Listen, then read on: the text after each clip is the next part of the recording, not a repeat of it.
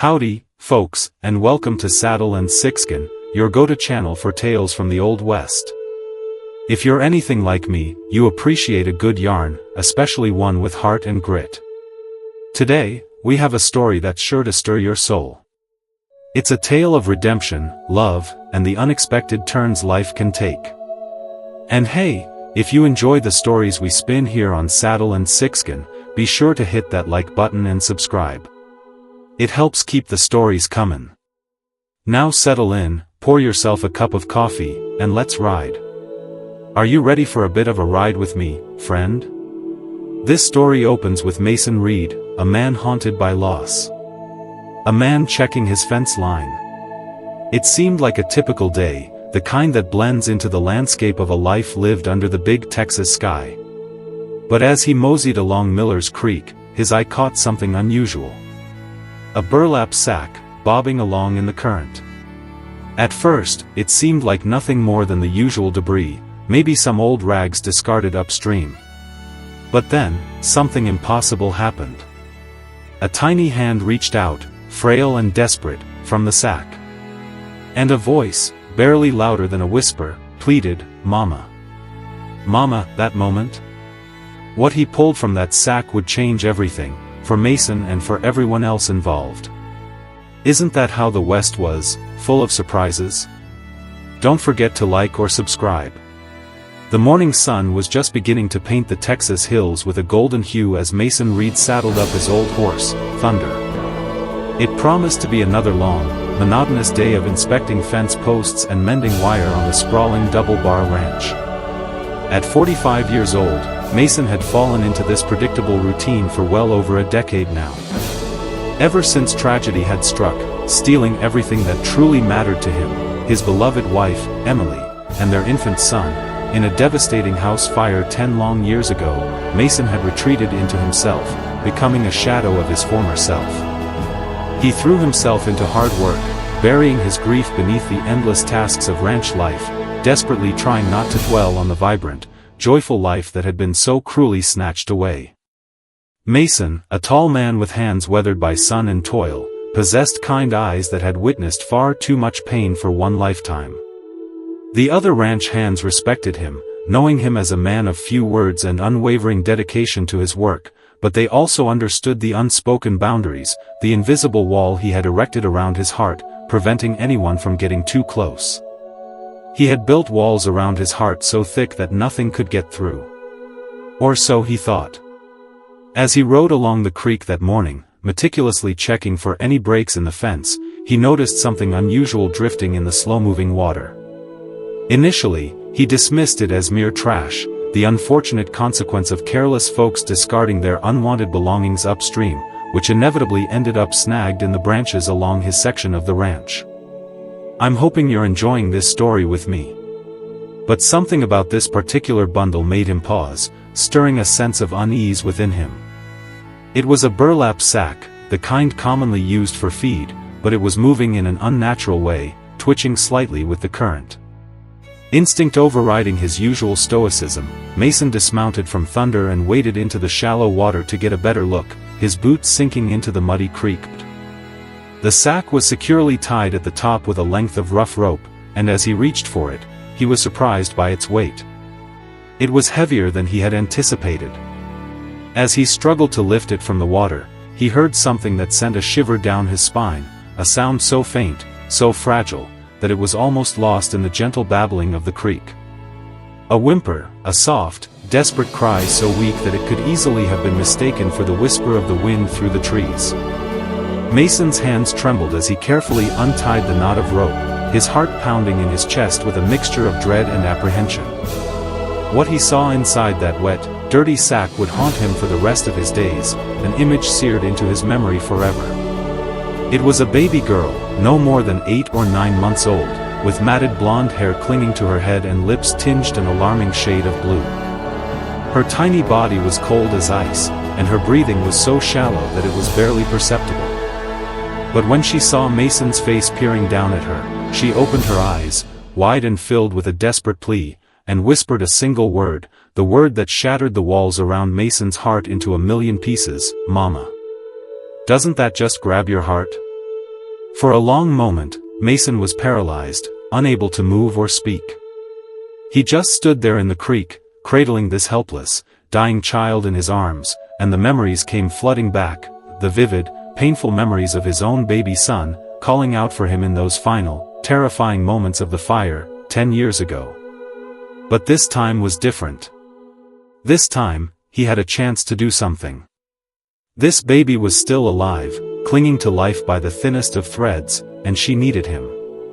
With a surge of adrenaline coursing through his veins, Mason quickly wrapped the little girl in his heavy coat, shielding her from the biting wind and the lingering dampness. He clambered back onto Thunder, his movements urgent and purposeful. He had never ridden so fast in his life.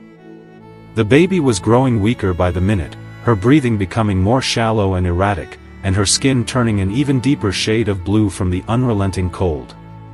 Mason pressed her close to his chest, desperately trying to share his body heat, willing his own warmth to somehow seep into her frozen limbs, as Thunder galloped with relentless speed toward town. "Hold on, little one," he whispered fiercely, his voice tight with desperation. "Just hold on."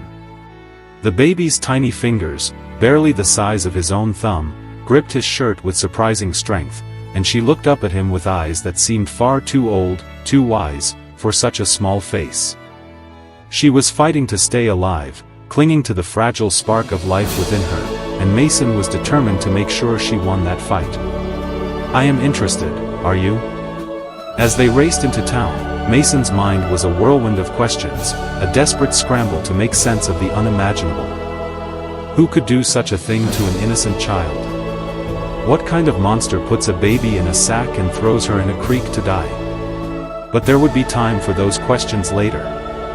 Right now, the only thing that mattered, the only thing that consumed his every thought, was getting this little girl to Dr. Michael Stone's office, the only place where she might have a chance. Mason had never been much of a praying man, but as Thunder's hooves pounded against the dusty street, he found himself begging God, pleading with a higher power, to let them make it in time. The baby's eyes fluttered closed just as Mason reached Main Street, and for a terrifying moment, he thought he was too late, that she had slipped away in his arms. But then, she took another breath, a faint, ragged gasp, and her little hand tightened ever so slightly around his finger. She was still fighting. "Oh my dear, what are they going to do?" Mason kicked Thunder's sides one more time, urging the weary horse onward, and raced toward the doctor's office at the far end of the street, his heart pounding in his ears.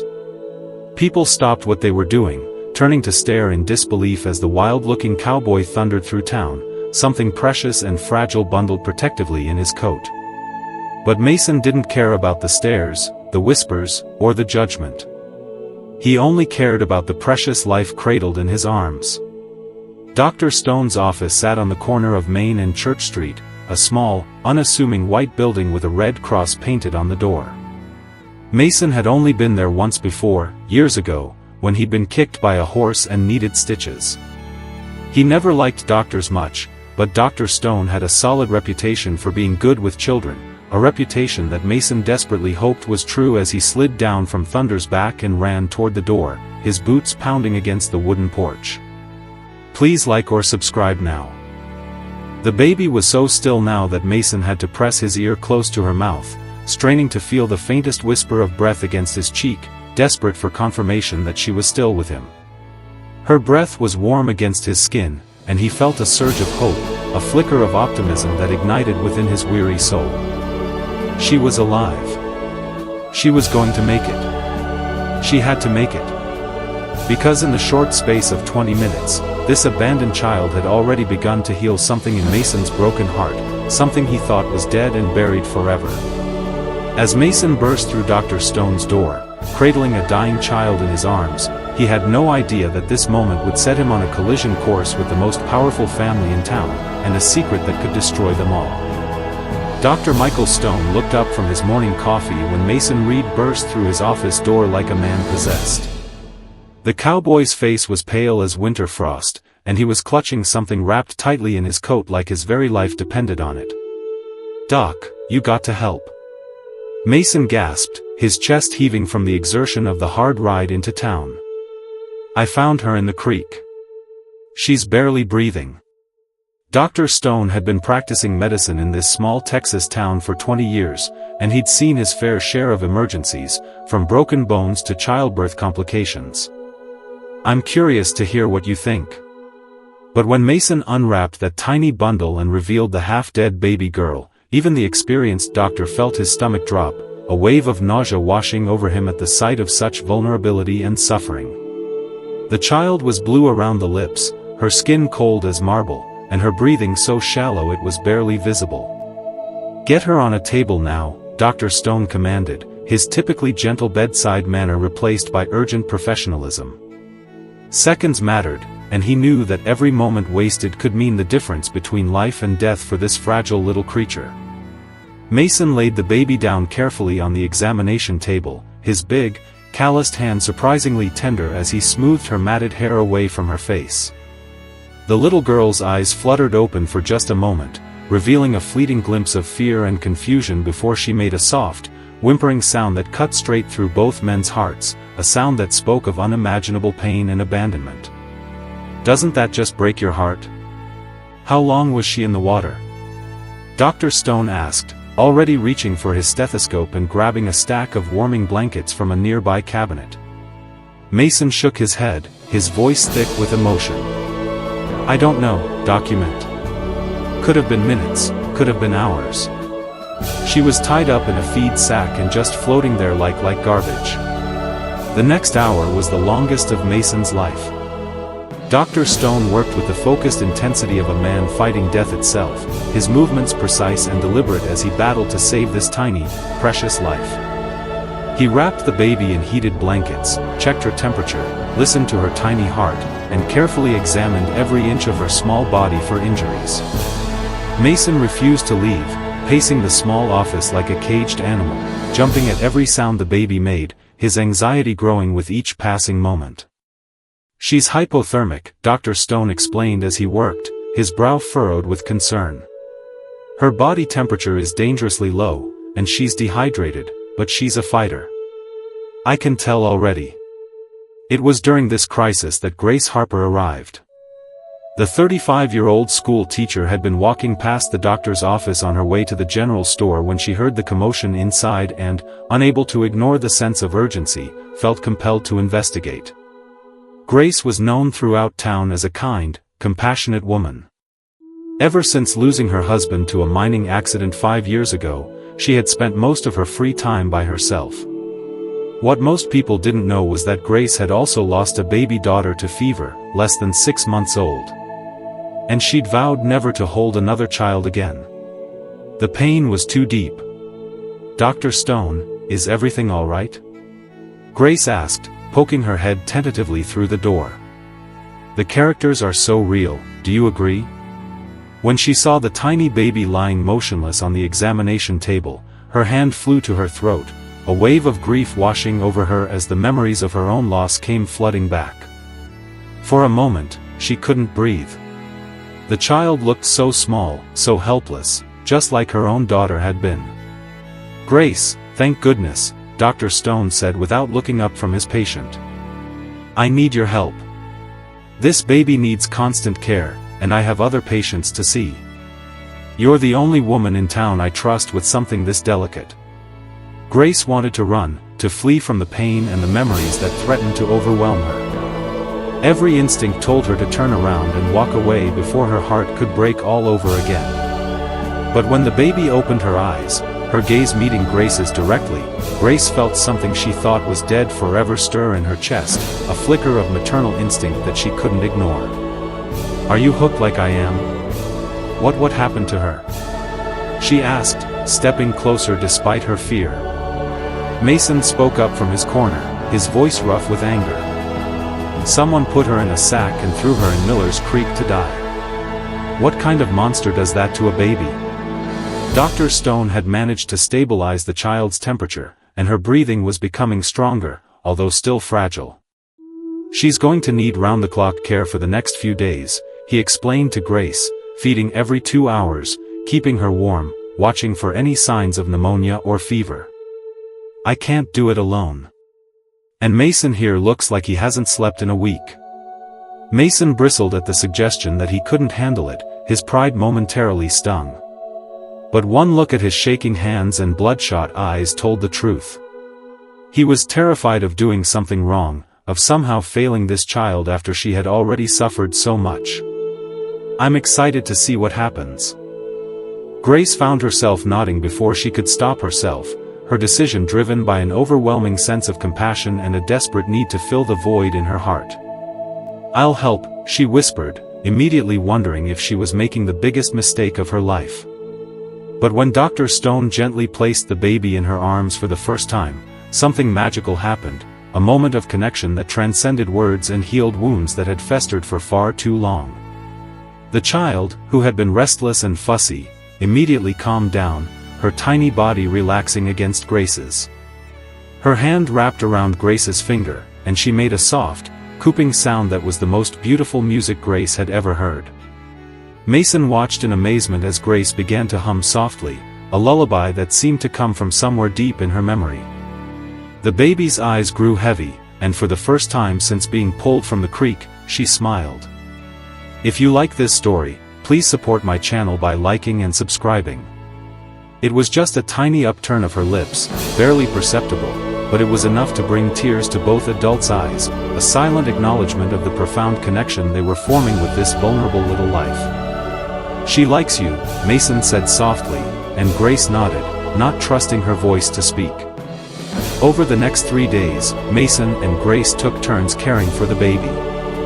Mason learned to change diapers with his clumsy cowboy hands, struggling to manage the tiny clothes and delicate skin, and Grace showed him how to test the temperature of formula on his wrist. They barely spoke to each other at first, both too afraid of getting too attached to this child who might be taken away at any moment. But what happens to the child? But gradually, as they watched the baby grow stronger, saw the life returning to her eyes, they began to open up, sharing their stories, their fears, and their hopes for the future. "I had a daughter once," Grace admitted on the second night as she fed the baby by lamplight, her voice filled with a mixture of love and sorrow. "She would have been about 5 now if she'd lived." Mason nodded, understanding her pain better than most. "I lost a son," he said quietly. "House fire, 10 years ago. I thought I'd never want to be around children again, but this little one. She's different." The baby finished her bottle and reached up toward Grace's face, her tiny fingers tentatively touching the tears that Grace didn't even realize she was shedding. It was Grace who first called her hope. Don't miss a single video from this channel. Subscribe today. "She needs a name," Grace said on the 3rd morning as the baby babbled happily in her makeshift crib, her little legs kicking with newfound energy. "We can't keep calling her the baby. Look at those eyes. She seems the worst this world has to offer, but she's still fighting. She's still hoping for better days." Mason smiled, the first real smile anyone had seen from him in years. "Hope," he repeated, testing the name on his tongue. "I like that. Hope it is." The baby seemed to respond to her new name, turning her head when they called her Hope and even attempting what sounded like Mama when Grace held her, as if she understood the significance of their words. Dr. Stone was amazed at her recovery. "I've never seen anything like it," he told them, shaking his head in disbelief. "Yesterday, she was knocking on death's door, and now look at her. It's like she knows she's loved, and she was loved more than any of them had expected." Grace had lost her fear of attachment, embracing the joy and connection that had been missing from her life for so long, and Mason had found a purpose. Hope had just taken her first solid food in Grace's arms, managing to swallow a few spoonfuls of mashed vegetables without spitting him up. When Sheriff Williams burst through the door with news that made everyone's blood run cold, "Someone's been asking questions about a missing baby," he announced, his face grim and serious. "They're offering a $1,000 reward for information. Whoever abandoned this child, they're looking for her."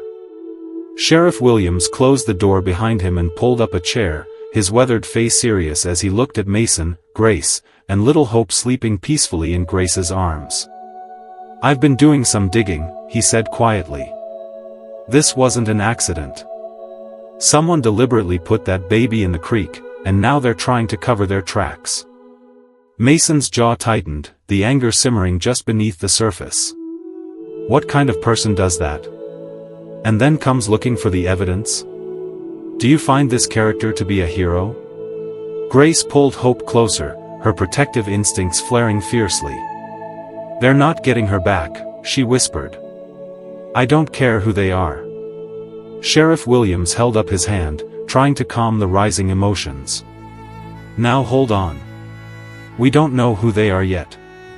All I know is that Mayor Thornton's assistant came by my office yesterday, asking if anyone had found a missing infant, said it was a family matter that needed to be handled quietly. The mention of Mayor Thornton's name made everyone in the room tense. Richard Thornton was the wealthiest, most powerful man in 3 counties.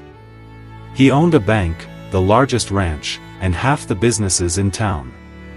When Thornton wanted something done, it got done, no questions asked. Don't forget to subscribe. What did you tell him?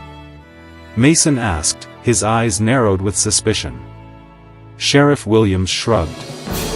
I told him I hadn't heard anything about a missing baby, technically true, since Hope here wasn't missing, she was abandoned. Over the next few days, word spread through town about Mason and Grace's unusual living arrangement. Some folks thought it was sweet, watching the gruff cowboy learn to be gentle with a baby while the quiet school teacher came back to life, caring for little Hope. But others whispered behind closed doors about propriety and what it meant for an unmarried man and woman to be raising a child together, even temporarily. Grace tried to ignore the gossip, but it was hard when women stopped talking whenever she'd walk into the general store. Let them talk, Mason said one evening as he watched Grace give Hope her bottle.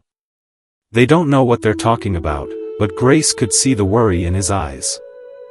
They both knew their arrangement was fragile, built on nothing but love for a child who wasn't legally theirs. But it was Maria Gonzalez who finally brought them the truth. The mayor's housemaid had worked for the Thornton family for 15 years, cleaning their big house and keeping their secrets.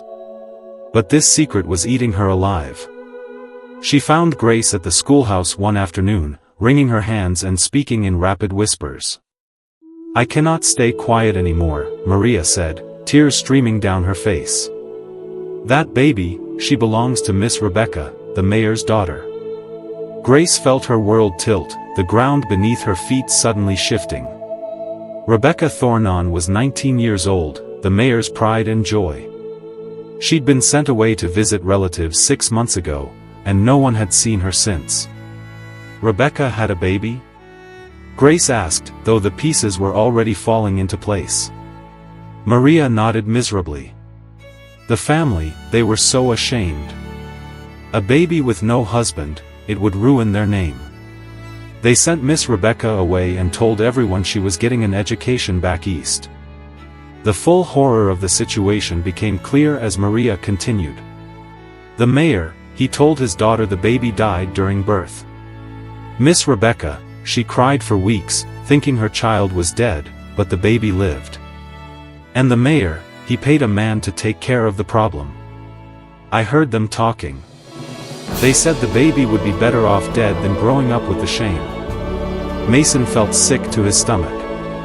So they had Hope thrown in the creek to die, and now they're looking for her because they're afraid someone might connect her to their family. Maria nodded. The mayor's worried, too many people asking questions about Miss Rebecca, about where she really went. If people find out about the baby. Grace looked down at Hope, who was babbling happily and trying to grab at Grace's hair. In just 1 week, this child had become the center of her world. The idea of giving her back to people who had tried to kill her was unthinkable. They're not taking her, Grace said firmly, her voice trembling with emotion. Mason nodded his agreement. Over my dead body. But even as they made their vows to protect Hope, they all knew the truth. When Mayor Thornton wanted something, he usually got it. He had money, power, and influence that reached every corner of their small town. What did they have? Just love. And sometimes love wasn't enough to win against power. Hope had begun calling Grace Mama. clearly now, and when Mason held her, she would pat his cheek and babble what sounded like Papa. She was thriving under their care, growing stronger and happier every day. The thought of losing her was breaking both their hearts before the fight even began. As the sun set that evening, Grace tucked Hope in her crib and sang the lullaby that always made the baby smile. But her happiness was overshadowed by fear. Maria's confession was just the beginning, and they all knew it. Mayor Thornton's carriage had been seen heading toward town that morning, and Grace realized they were about to face the fight of their lives for the child who had already stolen their hearts. Mayor Richard Thornton arrived at Dr. Stone's office in his finest black carriage, pulled by 2 matching horses that cost more than most people in town made in a year. He was a large man with silver hair and cold gray eyes that were used to getting their way.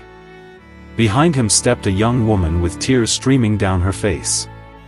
Rebecca Thornton looked nothing like the confident mayor's daughter people remembered. She was thin, pale, and her hands shook as she approached the building. Mason stood up when they entered, instinctively moving between the Thorntons and Grace, who was holding Hope. The baby was playing with Grace's necklace, completely unaware that her world was about to be turned upside down. "Mr. Reed," Mayor Thornton said in his commanding voice, "I believe you have something that belongs to my family. I have a baby who is left to die in Miller's Creek." Mason replied evenly, "If she belongs to anyone, it's to the people who saved her life." Mayor Thornton's eyes flashed with anger. He wasn't used to being challenged by ranch hands. "That child is my granddaughter. She belongs with her family where she can have a proper upbringing, education, and all the advantages my money can provide." Grace felt Hope stiffen in her arms as the mayor's loud voice filled the small room. The baby turned away from the strangers and buried her face against Grace's shoulder, whimpering softly. "She doesn't know you," Grace said quietly. "Look at her. She's afraid." Rebecca stepped forward then, her voice barely a whisper. "May I? May I hold her?" Grace hesitated, then slowly approached Rebecca. But when she tried to transfer her Hope to her birth mother's arms, the baby began to cry. Not the soft whimpering they'd heard when she was sick, but the desperate, heartbroken wails of a child who was terrified. Hope reached frantically for Grace, her small fist grabbing at Grace's dress as she sobbed, "Mama! Mama!" Rebecca's face crumpled as her own daughter rejected her touch. "She doesn't know me," Rebecca whispered, the words breaking her heart. "My own baby doesn't know me." She looked at her father with pain and anger in her eyes. "You told me she died. You let me grieve for months while she was alive." Mayor Thornton's jaw tightened. "I did what was best for this family. You were 19 and unmarried. The scandal would have destroyed us all." He turned to Mason and Grace with authority. "But now we can fix this. The child will come home with us where she belongs. I've already spoken with Judge Parker. Family rights supersede any temporary arrangements." Mason stepped forward, his hands clenched in fists. "You threw this baby away like garbage. You paid someone to kill her. Now you want her back because you're worried about your reputation." His voice was rising with every word. "She's not property. She's a little girl who's been loved and cared for. And she's happy." "Happy?" Mayor Thornton scoffed. "Living in poverty with people who have no legal claim to her. I can give her everything. A mansion, private tutors, the finest clothes, and a future most children can only dream of." Grace held Hope tighter as the baby continued to reach for her, still crying softly. "She has love," Grace said simply. "That's worth more than all your money." Rebecca was staring at Hope with a mixture of longing and heartbreak. "I want her back," she said suddenly. "She's my daughter. I gave birth to her. I carried her for 9 months. I have rights, too." But even as she spoke the words, her voice lacked conviction. Hope was still clinging to Grace, calling her mama between her tears. Dr. Stone had been quietly observing from a corner. "The child has clearly formed strong attachments," he said professionally. "Removing her from the only caregivers she's known could cause serious emotional trauma." Mayor Thornton waved his hand dismissively. "Children adapt. She's young enough to forget these people and bond with her real family." "We are her real family," Mason said fiercely. "We're the ones who saved her life, who stayed up all night when she was sick, who taught her to smile again. Blood doesn't make a family. Love does." The room fell silent except for Hope's soft whimpers as she nestled against Grace's neck. Mayor Thornton pulled out a legal document from his coat. "Judge Parker will hear this case in 3 days. I suggest you enjoy what time you have left with the child." He looked at his daughter sternly. "Rebecca, we're leaving. You've seen the baby. Now, let's go home and prepare for the custody hearing." As the Thorns left, Rebecca turned back one more time. Hope had stopped crying and was looking at her with curious blue eyes. "I love you," Rebecca whispered to her daughter. "Even if you don't know it yet." But as she reached out her hand, Hope turned away and snuggled closer to Grace. That night, as Grace tucked Hope in her crib, the baby was unusually clingy. She didn't want Grace to leave, reaching out whenever Grace tried to step away. "It's okay, sweetheart," Grace whispered, smoothing Hope's soft hair. "Mama's not going anywhere." But as she said the words, Grace whispered a secret that would change everything. "I have something that might save us all. Something I never told anyone about Rebecca's father." The courthouse had never been so packed. It seemed like half the town had shown up to see what would happen to little Hope. Judge Parker, a fair man in his 60s with kind eyes and gray hair, looked out over the crowded room and banged his gavel. "This is a custody hearing, not a circus," he announced. "I'll have order. I'll clear this courtroom." Mayor Thornton sat at the front table with his expensive lawyer from Dallas, a sharp-dressed man who looked like he could argue the devil out of his pitchfork. Rebecca sat beside them, nervous and pale, twisting her hands in her lap. Across the aisle, Mason and Grace sat with Tom Bradley, the town's only other lawyer who usually handled wills and property disputes. Between them sat Hope in Grace's arms, playing quietly with a wooden toy Mason had carved for her. "Your Honor," the Dallas lawyer began, standing with confidence. "This is a simple matter of family rights. My client, Mr. Richard Thornton, is seeking custody of his granddaughter, who rightfully belongs with her blood relatives. The child's mother, Miss Rebecca Thornton, is prepared to raise her daughter with all the advantages their prominent family can provide." Judge Parker nodded and made note. "And what is the family's position on how the child came to be found in Miller's Creek?" The lawyer's confident expression flickered slightly. "There was a tragic misunderstanding, Your Honor. The family believed the child had died at birth. When they learned she was alive, they immediately sought to reclaim her." Mason's lawyer stood up next. Tom Bradley might not have been fancy, but he knew right from wrong. "Your Honor, this misunderstanding nearly cost an innocent baby her life. My clients found this child abandoned in a creek, left to die. They saved her, nursed her back to health, and have provided her with love and care for weeks now. The child clearly sees them as her parents." As if to prove his point, Hope looked up at Grace and said clearly, "Mama." Then turned to Mason and patted his hand, babbling happily. Several people in the courtroom smiled at the sweet moment. But Mayor Thornton's face remained stone cold. The Dallas lawyer called his first witness. "I'd like to call Rebecca Thornton to the stand." Rebecca walked slowly to the witness chair, her hands shaking as she was sworn in. "Miss Thornton," the lawyer said gently, "please tell the court about your relationship to this child." "She's my daughter," Rebecca said quietly. "I gave birth to her 9 months ago. I thought she had died. My father told me there were complications and that she didn't survive." Tears began rolling down her cheeks. "I grieved for her. I named her Emma after my grandmother. I never stopped loving her, even when I thought she was gone.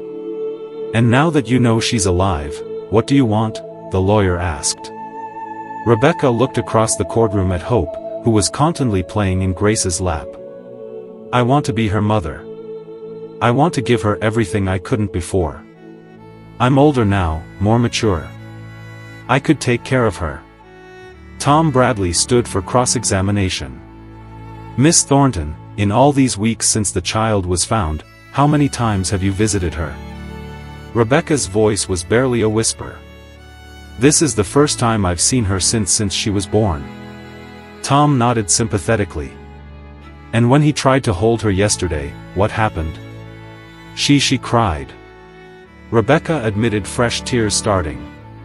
She didn't want to hold her. She reached for the other woman and called her mama. Her voice broke completely. She doesn't know me. My own daughter doesn't know me. Next, Mason took the stand. His hands were steady as he was sworn in, but his voice was thick with emotion as he spoke. Your Honor, I know I'm just a ranch hand. I don't have money or fancy education, but I know what it means to love a child. I lost my own son 10 years ago, and I thought that part of my heart was dead forever. Then I found Hope in that creek, barely alive, and everything changed. He looked directly at Judge Parker. She was dying, sir. Blue lips, couldn't breathe, cold as ice. But she fought to live and we fought to save her. Grace and I, we've been up with her every night. Fed her every meal. Taught her to laugh again. She calls me Papa now. And every time she does, it fills a hole in my heart I thought would never heal. The Dallas lawyer tried to shake Mason's testimony. Mr. agreed. You have no legal claim to this child, correct? Mason nodded. That's right. But love doesn't need papers, sir. Hope knows who her real parents are, and it's not the people who try to kill her. Grace's testimony was the most powerful of all. She spoke about losing her own daughter, about being afraid to love again, and about how Hope had brought her back to life. I teach children every day, she said. And I've never seen a happier, more secure child than Hope. She's not just surviving, she's thriving. She's learned to walk, to say words, to trust that when she needs someone, we'll be there. Then Grace dropped her bombshell. Your Honor, I taught Rebecca when she was in school. I know this family. I know why she ran away from home, and it wasn't to get an education. She looked directly at Mayor Thornon. Rebecca came to me 2 years ago, scared and covered in bruises. Her father had been hitting her, controlling every part of her life. She was afraid to tell anyone because of his power in this town. The courtroom erupted in whispers. Mayor Thornton shot to his feet. That's a lot, but Rebecca was sobbing, nodding her head. It's true, she whispered. He hit me when I told him about the baby. Called me a disgrace to the family name. Grace continued, her voice strong and clear. I offered to help Rebecca then, and I'm offering again now, not to take her daughter away, but to help her become the mother she wants to be, but only if she truly wants to be a mother. Not just for claim property for her father's reputation. Judge Parker called for recess, and as the courtroom began to empty, something magical happened. Hope had been getting fussy during the long proceedings, but suddenly, she stood up unsteadily in Grace's lap. With everyone watching, she took her first wobbly steps, walking straight into Mason's outstretched arms while calling Papa, Papa. The entire courtroom fell silent at the beautiful moment. But Judge Parker's decision would determine if this was a beginning or a heartbreaking goodbye. Judge Parker returned to his bench after what felt like the longest hour in courthouse history. The packed room held its breath as he adjusted his glasses and looked out over the crowd. Hope sat quietly in Grace's lap, playing with the wooden horse Mason had carved for her, completely unaware that her entire future hung in the balance. I've been a judge for 30 years, Judge Parker began, his voice carrying the weight of experience. And I've never had a case that so clearly shows the difference between what's legal and what's right. He looked first at Mayor Thornton, then at Mason and Grace. The law says blood relatives have rights, but the law also says we must act in the best interest of the child. Mayor Thornton leaned forward in his chair, confident that money and influence would win the day. But Judge Parker wasn't finished. I've heard testimony about abandonment, about a child left to die in a creek. I've heard about abuse, about control, about a young woman too scared to speak up for herself. And I've seen something else. I watched a baby take her first steps toward the people she calls Mama and Papa. The judge's voice grew stronger. This court finds that Hope Reed, and yes, I'm using the name her caregivers gave her, belongs with Mason Reed and Grace Harper. They have provided her with love, stability, and security. More importantly, she has chosen them as clearly as any child can. The courtroom erupted in cheers and applause. Mayor Thornton jumped to his feet, his face red with rage. This is outrageous. You can't give my granddaughter to strangers. But his protest fell on deaf ears. The townspeople had heard enough about his treatment of Rebecca, and many were already getting up.